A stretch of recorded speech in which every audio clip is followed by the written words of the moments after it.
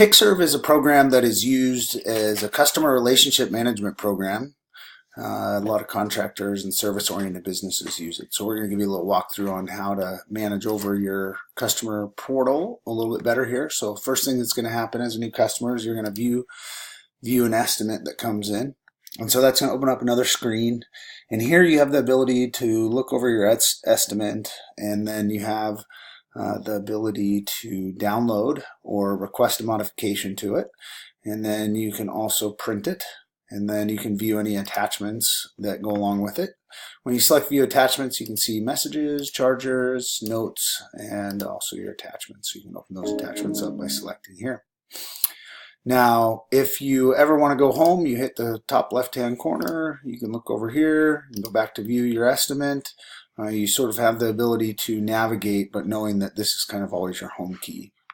Now, if you approve the estimate, then we're going to send you an invoice, and as you work through the project, you have the ability to receive invoices based upon project completion trademarks.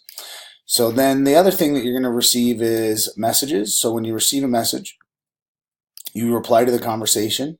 You can't just hit reply in your email server, and so you can reply here to the conversation. This is so everything's recorded and we can see everything that's going on.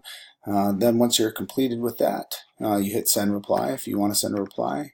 And if you want to look at anything that's going on with your project, you select the tab up in the top left hand corner, go to your project. You can also see here that this is unscheduled, so as it gets scheduled, you're going to be able to see that it's scheduled and what date it's scheduled on, so as it's getting moved around the schedule. Now, you still have all the same options here: messages, charges, notes, and attachments, so you can see your attachments if you want to. And that's pretty much how you use the CRM program called Kickserve. Once you're done seeing the attachment, you just select back and it goes back. So hopefully that helps.